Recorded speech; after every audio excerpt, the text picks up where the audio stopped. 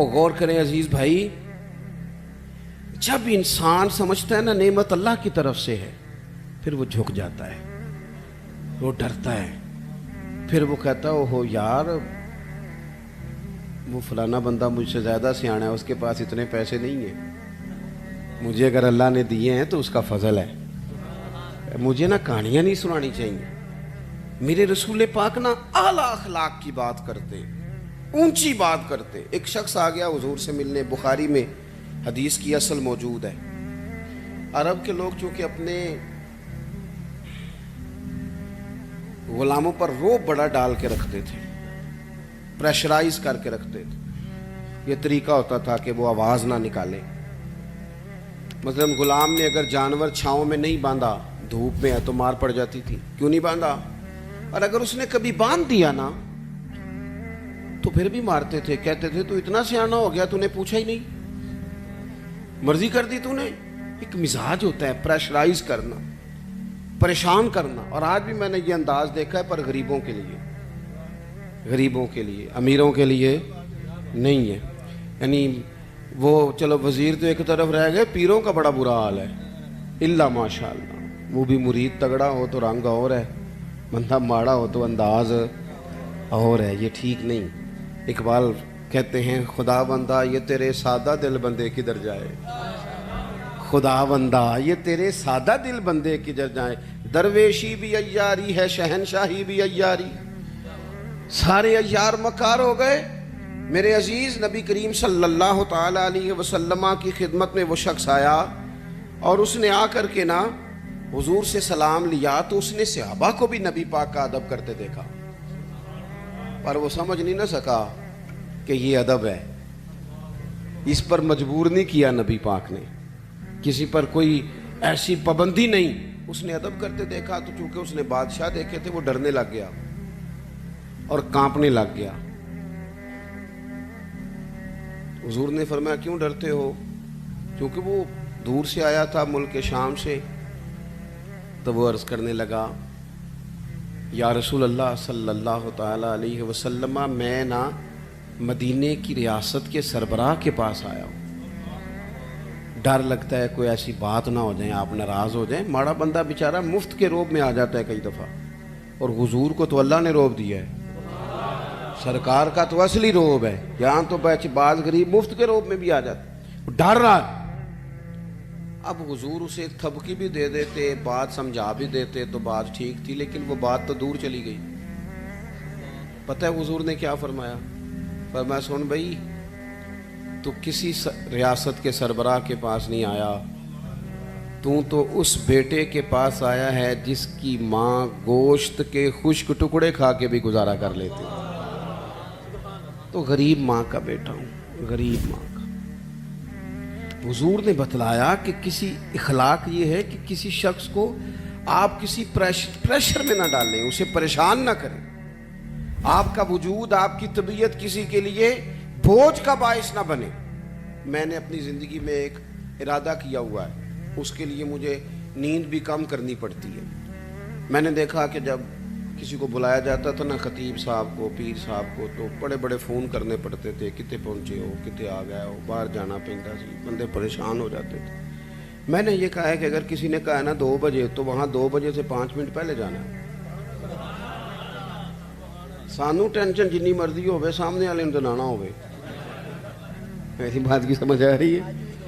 ہوتا کیا ہے، نہیں آپ کا تو خیر کوئی ایسا لیٹ نہیں ہوا، اللہ آپ کو جزا دے، اور میرے خوشی ہے آپ نماز پڑھ رہے تھے، یہ خوشی ہے، اور بڑی خوشی یہ ہے کہ آپ نے جلدی سے نماز پڑھ لی، ورنہ اللہ خیر کرے۔ ویسے میں کو تھوڑے جو بھی ویکھے نا جنہیں نہیں پڑھی، چلو کہڑا تساں کسی نہ گل کرنی ہے، ایک بات یاد رکھنا، کوئی نہیں اجر ملے گا محفل میں آنے کا، بالکل نہیں۔ ایسے اپنے آپ کو جھوٹی تسلیاں نہ دیا کرو، فرض پہلے ہے اور نفل، یہ کوئی کہانی نہیں کہ آپ محفل بڑی تگڑی کرائیں اور فلانا کم۔ مجھے ایک دفعہ ایک صاحب نے کہا جی 22ویں محفل ہے یا 21ویں ہے، آپ کو بلانا ہے، پہلے فلاں بزرگ آئے، فلاں عالم آئے، تو میں نے کہا نماز پڑھتے ہو؟ کہنے لگا نہیں، دعا کریں۔ تو میں نے کہا آج کے بعد نہ کسی کو بتانا کہ اتنے علماء کو میں نے دعوت دی ہے، وہ کہیں گے اتنے مولوی مل کے بھی اسے نمازی نہیں بنا سکے۔ تو اس لیے یہ اصل پہ آئیں. کیا مطلب؟ اس کا مطلب ہے کہ نماز پڑھی نہ جائے اور باقی سارے کام کیے جائے. نماز اصل ہے، نماز روح ہے. اور حضور ناز سے بھی بڑے راضی ہوتے ہیں، پر میرے نبی نے فرمایا نماز تو میری آنکھوں کی ٹھنڈک ہے. تو جب تو نماز پڑھتا ہے حضور کی آنکھیں ٹھنڈی ہوتی ہے. یہ تو کر نہیں رہا اور باقی تو ادھر ادھر بھاگتا پھرے، تو یہ اضافی بات. تو میرے عزیز، ایک تو حضور نے ہمیں یہ اخلاق دیا ہے کسی کو تکلیف نہ دیں. کوشش کریں. ایک دفعہ نا ایک صحابی نے نبی کریم علیہ الصلوۃ والسلام سے کہا میرے گھر کھانے کے لیے آئیں. اس نے دیکھا کہ حضور پر بظاہر کچھ آثار ہیں بھوک کے، کئی دنوں سے کھانا نہیں کھایا. چہرہ دیکھا اس نے تو بندے گنے حضور کے پاس کتنے بیٹھے ہیں، تو 4 لوگ بیٹھے تھے. اس نے فٹافٹ گھر جا کے کہا 5 لوگوں کا کھانا پکا دیں. 5 لوگوں کا کھانا پک گیا. اب وہ حضور کو دعوت دینے آئے. آپ کو پتہ ہے آج کل لڑکے والوں نے جہیز مانگنا چھوڑ دیا ہے، پتہ جی کہ نہیں؟ میں تم خبر دے رہے ہیں، یاد رکھیا جی. وہ کہندے نے اسی جہیز نہیں لینا، بس تسی 600 منڈے جی بچے بندے دی روٹی پکا چھڑنی. 600 دی تے روٹی میں نہیں اسی دیاں گے.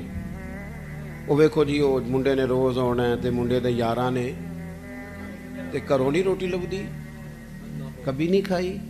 آپ کبھی دیکھیں بیٹی کے باپ کو، وہ کھانے والی لائنوں پہ یوں پھر رہا ہوتا ہے جیسے کوئی بندہ پاگل ہو گیا. دعائیں کراتا ہے، پیر صاحب دعا کرنا اور میری عزت رہ جائے، کتے روٹی نہ تھوڑ جائے. ساری زندگی کے تانے بیٹی کے لیے. کیوں تکلیف دیتے ہو کسی کو؟ گھر روٹی نہیں ملتی، دعائیں کراتے پھرتے ہیں. دعائیں والا دیوانوں کی طرح بیچارہ وہ کناتوں کے اندر پھرتا ہے کہ یا اللہ روٹی پوری ہو جائے. غریب آدمی ہوں، بیٹی نے گھر جانا ہے، پھر ایک دیگ ساتھ بھی بھیجنی پڑتی ہے. ساتھ بھیجو گے تو عزت رہے گی. اور گھر کھانا نہیں کھاتے ہم. کیوں تکلیف دیتے ہو کسی بیٹی والے؟ کیوں ہم پریشان کرتے ہیں؟ کیوں اس طرح کی آزمائشوں میں ڈالتے ہیں جس سے سامنے والا بیچارہ آزمائش میں آ جائے؟ حضرت ابو شعیب رضی اللہ تعالیٰ عنہ حضور کے ساتھ 4 لوگوں کو گن کے گئے. کھانا گھر میں پکوا کے واپس آ کے عرض کی حضور روٹی پک گئی آ جائیں. جب وہ واپس آئے تو ایک صحابی اور آ گئے تھے زیارت کے لیے، وہ بھی اٹھ کے ساتھ چل دیے. پتہ ہے حضور نے فرمایا، نبی پاک مالک ہے ہماری جانوں کے. حضور مالک ہے، مالک. حضور کے لیے تن من دھن ہر شے قربان تھی غلاموں کی. حضور 5 کیا 100 بندہ لے جائیں تو بسم اللہ کریں صحابہ. لیکن نبی کریم نے اصول دیا، اخلاقی عالیہ کی بلندی سکھائی. اس صحابی کے گھر کے دروازے کے قریب جا کے حضور نے فرمایا بھائی 5 بندوں کا تم نے کھانا پکایا تھا، یہ جو شخص آئے ہیں یہ اپنی مرضی سے آئے ہیں، میں نے دعوت نہیں دی، اگر تم اجازت دو تو یہ اندر آئیں گے ورنہ یہ واپس جائیں گے. تم اگر اجازت دو. کسی کو تکلیف دی جا سکتی؟